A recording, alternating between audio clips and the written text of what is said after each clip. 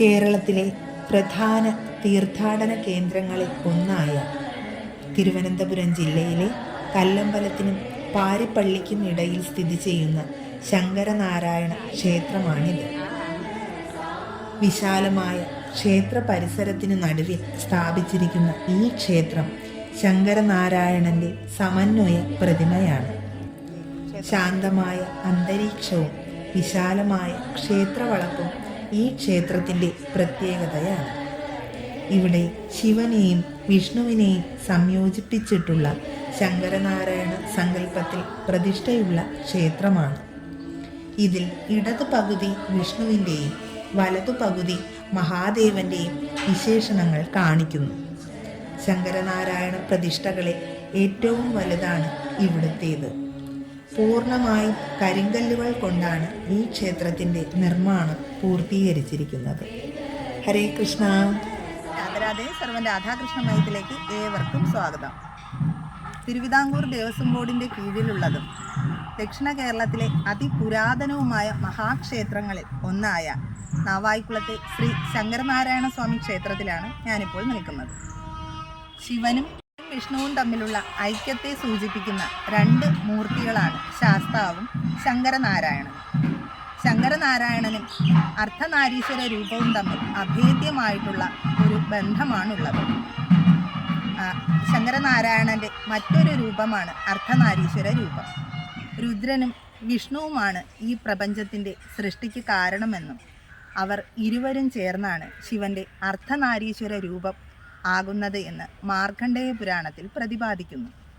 അർദ്ധനാരീശ്വര രൂപത്തിലെ പാർവതീദേവിയുടെ രൂപം വിഷ്ണു ഭഗവാനായി മാറുമ്പോഴാണ് അത് ശങ്കരനാരായണ രൂപമാകുന്നത്. പ്രപഞ്ചത്തിൽ പുരുഷനെയും പ്രകൃതിയെയും തമ്മിൽ പിരിക്കാൻ സാധ്യമല്ല എന്ന തത്വമാണ് അർദ്ധനാരീശ്വര രൂപത്തിലൂടെ നമുക്ക് വ്യക്തമാക്കി തരുന്നത്. ശിവനും വിഷ്ണുവും ഒന്നാണെന്നും വിഷ്ണുവിൽ ശിവനും കുടികൊള്ളുന്നു എന്ന് വാമന പുരാണത്തിൽ പ്രതിപാദിക്കുന്നു. ശിവനിൽ വിഷ്ണുവിൽ ശിവനും ഉണ്ടെന്നറിഞ്ഞ പാർവതീദേവി ആ രൂപം കാണുവാനായിട്ട് അതിയായ ആഗ്രഹം മഹാദേവനോട് പ്രകടിപ്പിക്കും. അപ്പോൾ മഹാദേവൻ പറയും, ദേവി പുന്നാഗവനത്തിൽ പോയി ഗോമതി എന്ന പേര് സ്വീകരിച്ച് അവിടെ താമസിച്ച് തപസ് അനുഷ്ഠിക്കുകയാണെങ്കിൽ, അതായത് 9 ദിവസം തപസ് അനുഷ്ഠിക്കുകയാണെങ്കിൽ ആ ദിവ്യ ദർശനം ദേവിക്ക് ലഭ്യമാകുമെന്ന് പറയും. അങ്ങനെ ദേവി പുന്നാഗവനത്തിലേക്ക് പോവുകയും അവിടെ ഗോമതി എന്ന പേര് സ്വീകരിച്ച് തപസ് അനുഷ്ഠിക്കുകയും ചെയ്തു. അങ്ങനെ കർക്കിടക മാസത്തിലെ പൗർണമി ദിവസം ശങ്കരനാരായണ രൂപം ദേവിക്ക് ഗോമതി ദേവിയുടെ മുൻപിൽ പ്രത്യക്ഷമായി എന്നും ഐതിഹ്യങ്ങൾ പറയുന്നു.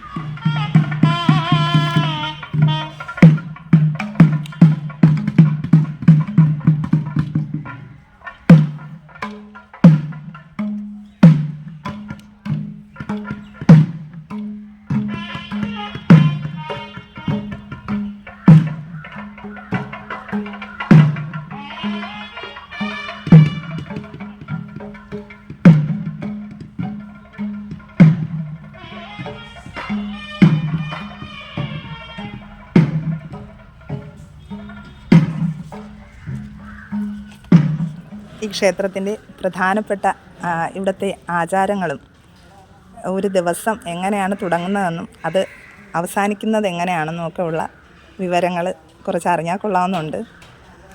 അപ്പം അങ്ങേക്ക് എന്താണ് ഇതിനെപ്പറ്റി പറയാനുള്ളത്? ഇവിടെ രാവിലെ 4:30 മണിക്ക് പള്ളി ഉണർത്തും. 4:30 മണിക്ക് പള്ളി ഉണർത്തി 5 മണിക്ക് ക്ഷേത്രം തുറക്കും. നിർമ്മാല്യത്തിന് നട തുറന്ന് അല്പസമയത്തിനകം നിർമ്മാല്യ ദർശനം. നിർമ്മാല്യം വളരെ വിശേഷമുള്ള ഒരു ഇതാണ്. ധാരാളം ഭക്തജനങ്ങൾ നിർമ്മാല്യ ദർശനത്തിന് എത്തിച്ചേരും. നിർമ്മാല്യ ദർശനവും കഴിഞ്ഞ് കർപ്പൂര ദീപാരാധനയും കഴിഞ്ഞ് ഭക്തജനങ്ങൾക്ക് പ്രസാദങ്ങളെല്ലാം കൊടുത്തതിന് ശേഷം ഗണപതി ഹോമം, നിത്യവും ഗണപതി ഹോമമുണ്ട്.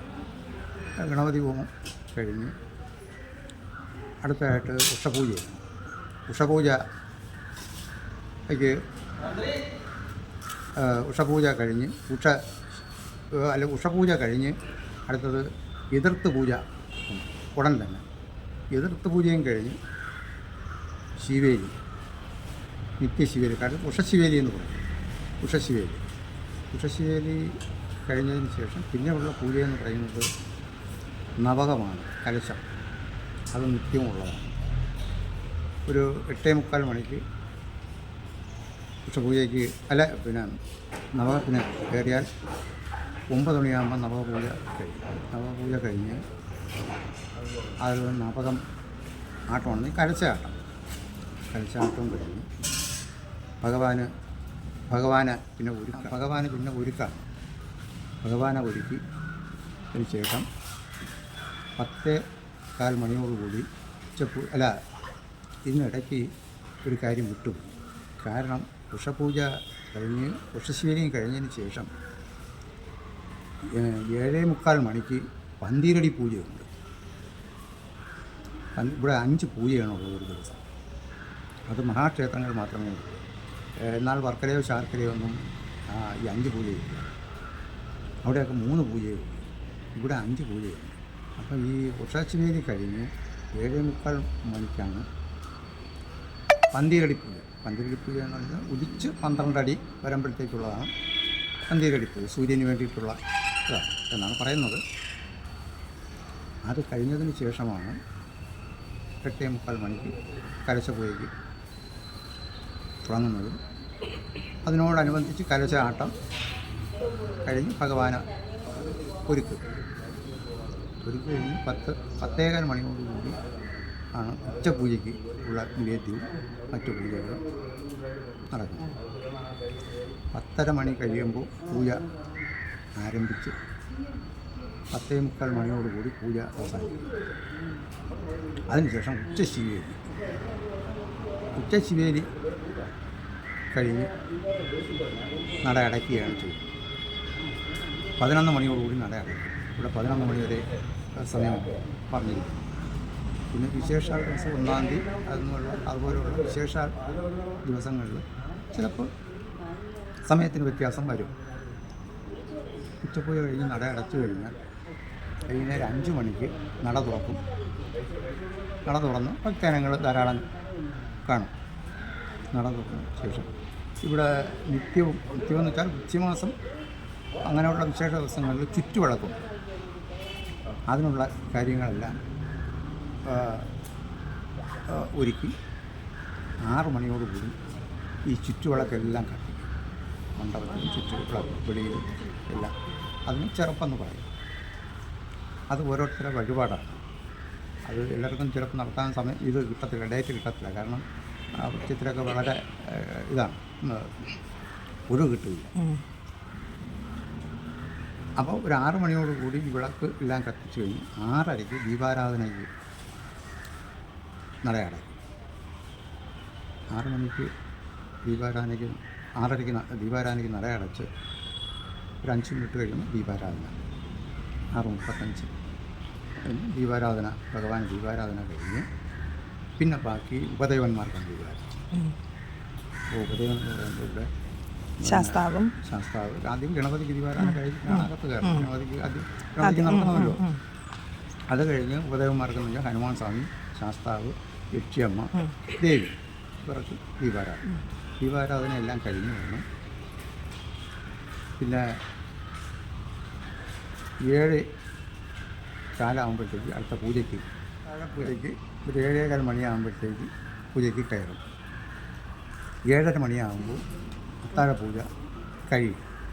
അതിനുശേഷം വിളക്ക് വെച്ച് ശിവേലിക്ക് വിളക്ക് വയ്ക്കും. ശിവേലിക്ക് വിളക്ക് വെച്ച് പാണി കൊട്ടി ബലി പിന്നെ ഭൂതഗണങ്ങൾക്ക് ബലി കൊടുത്ത് അതിനുശേഷം ഭഗവാനെ വെളിയിൽ 3 വിളക്ക് അത്താഴശിവേലി കഴിഞ്ഞ് 8 മണിയോടുകൂടി ഭഗവാൻ അകത്തേക്ക് പ്രവേശിച്ചു കഴിഞ്ഞാൽ മേൽശാന്തി നട അടയ്ക്കും. അതാണ് ഒരു ദിവസത്തെ പൂജയുടെ ഇവിടുത്തെ രീതി. മഹാദേവന് അനേകം രൂപങ്ങൾ ഉള്ളതിൽ ഒന്നാണ് ശങ്കരനാരായണ രൂപം. ഇവിടെ വലം പകുതിയിൽ ശിവനും ഇടം പകുതിയിൽ മഹാവിഷ്ണുവുമായിട്ടാണ് കുടികൊള്ളുന്നത്. അതും ഒരേ ശിലയിൽ ഒരേ വിഗ്രഹത്തിൽ 2 രൂപങ്ങളായിട്ട്. 11-ാം നൂറ്റാണ്ടിലാണ് ഈ ക്ഷേത്രത്തിന്റെ നിർമ്മാണം പൂർത്തിയായതെന്ന് ഇവിടുത്തെ ചരിത്രരേഖകൾ പറയുന്നു. ഇവിടുത്തെ ക്ഷേത്രങ്ങളുടെ നടത്തിപ്പ്, നിവേദ്യം, വിളക്ക് വയ്പ് തുടങ്ങിയ കാര്യങ്ങളിൽ ഊരാളന്മാരുടെ അഴിമതി തടയുന്നതിനായി AD 898 നിലവിൽ വന്ന മൂഴിക്കളം കച്ചം വ്യവസ്ഥകൾ ഈ നാവായിക്കുളം ക്ഷേത്രത്തിലും ബാധകമായി. ഏറനാട് കുമാരൻ കണ്ടൻ ക്ഷേത്രത്തിൽ സമർപ്പിച്ച നിലവിളക്കിൽ നെയ്ത്തിരി മുടങ്ങാതെ കത്തിക്കണമെന്ന് ഈ വ്യവസ്ഥകളിൽ സൂചിപ്പിക്കുന്നു. ഇതിന് മുടക്കം വരുത്തിയാൽ 60 കഴഞ്ച് സ്വർണമാണ് പിഴയായിട്ട് ഈടാക്കിയിരുന്നത്. ഇത് വ്യക്തമാക്കുന്ന രേഖകൾ ഇവിടുത്തെ ധ്വജസ്തംഭത്തിൽ രേഖപ്പെടുത്തിയിട്ടുണ്ട്. ഇവിടുത്തെ പ്രധാനപ്പെട്ട വിശേഷമെന്ന് പറയുന്നത് തുലാമാസത്തിലെ കറുത്ത അഷ്ടമി നാളിൽ വെളുത്ത വാവ് കഴിഞ്ഞ് വരുന്ന അഷ്ടമി, അതാണ് കറുത്ത അഷ്ടമി എന്ന് പറയുന്നത്. കറുത്ത അഷ്ടമി നാളിൽ ഭഗവാന് തൃപ്പുളിയാണ്.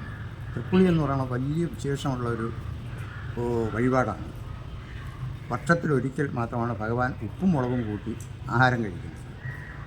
അതിൻ്റെ ചടങ്ങെന്ന് പറയുന്നത് ഭഗവാൻ ദർശനാവട്ടത്തുനിന്ന് വരുന്ന വഴിക്ക് അദ്ദേഹത്തിന് ദാഹം തോന്നി നാവായിക്കുളത്തൊരു വലിയ തറവാട്ടിൽ, നായർ തറവാട്ടിലേക്ക് കയറി ഇത്തിരി വെള്ളം ചോദിക്കുകയും അവിടുത്തെ വീട്ടിലെ കാരണവരായ സ്ത്രീ, അപ്പോൾ കൃഷിയും മറ്റു കാര്യങ്ങളൊക്കെ ധാരാളമുള്ളൊരു കുടുംബമായിരുന്നു അത്. അങ്ങനെ അവരകത്ത് പോയി കഞ്ഞിവെള്ളവും അതിലിത്തിരി പുളിയും ഉപ്പും ഒക്കെ ഇട്ട് കൊണ്ടുവന്ന് ആളറിയാതെയാണ് കൊടുക്കുന്നത്. ഈ വെള്ളം വാങ്ങിച്ച് ഭഗവാൻ കുടിക്കുകയും ഇവർ പാത്രം കൊണ്ട് അകത്ത് വെച്ചിട്ട് തിരിച്ചിറങ്ങി വന്നപ്പോൾ ഈ വന്ന ആളിനെ കണ്ടില്ല. അങ്ങനെ പ്രശ്നവശാൽ നോക്കിയപ്പോൾ അത് ശങ്കരനാരായണ സ്വാമിയാണ് എന്ന് തെളിയുകയും അങ്ങനെ അവർക്ക് ഈ വഴിപാട് നടത്തുന്നതിന് വേണ്ടി തൃപ്പുളിക്കണ്ടം എന്ന ഇതിൽ നിലം പതിച്ചു കൊടുക്കുകയും ചെയ്തു.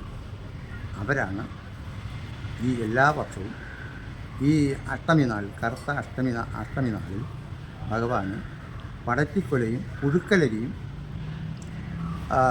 കൊണ്ട് കറി, അതിൽ കുരുമുളക്, ഉപ്പ് എന്നിവ ചേർത്ത് വളരെ വിശേഷമായ ഒരു കറിയാണ് പിന്നെ തൃപ്പുളി എന്ന് പറയുന്നത്. അത് അവരുടെ പിൻതലമുറക്കാർ തലമുറക്കാർ തന്നെയാണ് ഇപ്പോഴും നടത്തിക്കുന്നത്. ഇപ്പോൾ പിന്നെ അതിവിശാലമായ രീതിയിൽ കമ്മിറ്റിക്കാരും നാട്ടുകാരും ഭക്തജനങ്ങളും എല്ലാവരും ചേർന്ന് അതിവിപുലമായ രീതിയിലാണ് ഇപ്പം നടത്തി വരുന്നത്. ആദ്യകാലത്ത് അകവൂർ മനയ്ക്കായിരുന്നു ഈ ക്ഷേത്രത്തിന്റെ അവകാശം. എന്നാൽ 1753 തിരുവിതാംകൂർ രാജാവ് ഈ ക്ഷേത്രത്തിന്റെ ഭരണ ചുമതല ഏറ്റെടുത്തു. 1793 ചില നിബന്ധനകളോടുകൂടി തന്നെ രാജാവ് ഈ ക്ഷേത്രം അകവൂർ മനയ്ക്ക് വിട്ടുകൊടുക്കുകയും ചെയ്തു.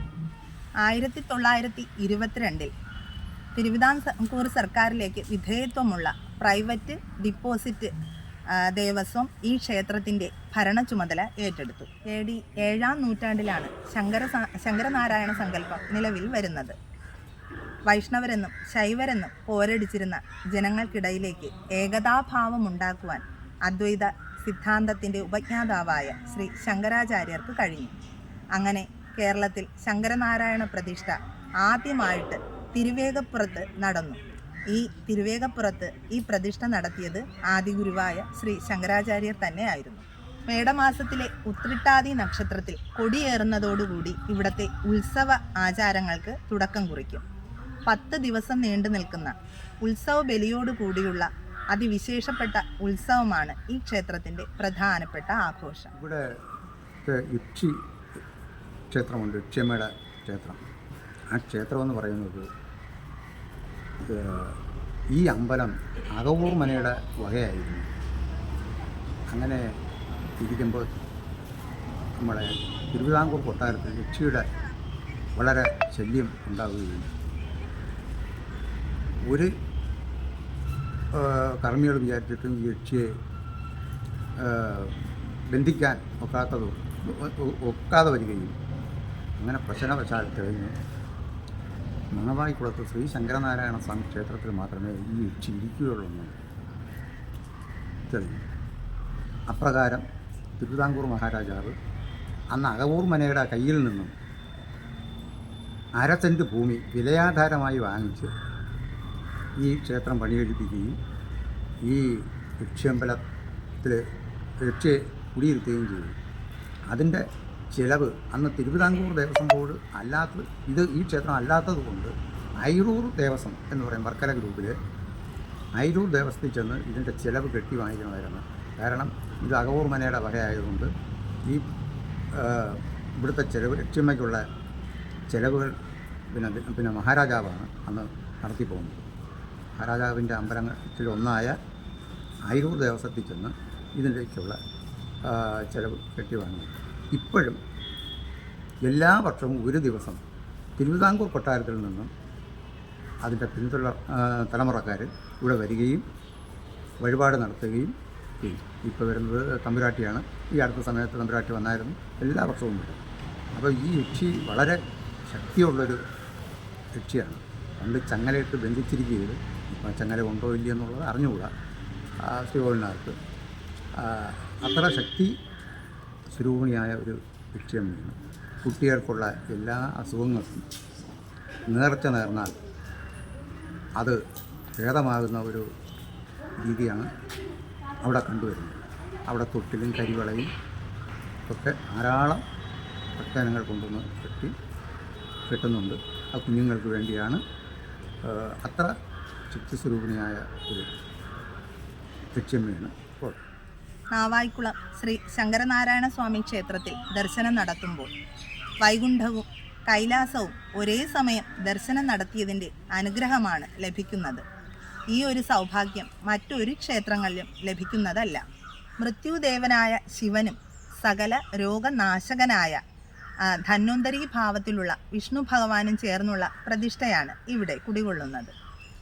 മൃത്യുഭയത്തിൽ നിന്ന് ഒഴിവാകുന്നതിന് വേണ്ടിയും സകല രോഗങ്ങളിൽ നിന്നും ശമനം നേടുന്നതിന് വേണ്ടിയിട്ടും ഭക്തജനങ്ങൾ എല്ലാ തിങ്കളാഴ്ച ദിവസവും വൈകുന്നേരം 5 മണി മുതൽ ഭഗവാന്റെ സഹസ്രനാമം ജപിക്കുന്നതിന് ഇവിടെ എത്തും. ഇവിടെ ഈ ഭക്തജനങ്ങൾക്ക് ഈ സഹസ്രനാമം ചൊല്ലി സ്വയം പൂജയർപ്പിക്കാവുന്നതാണ്.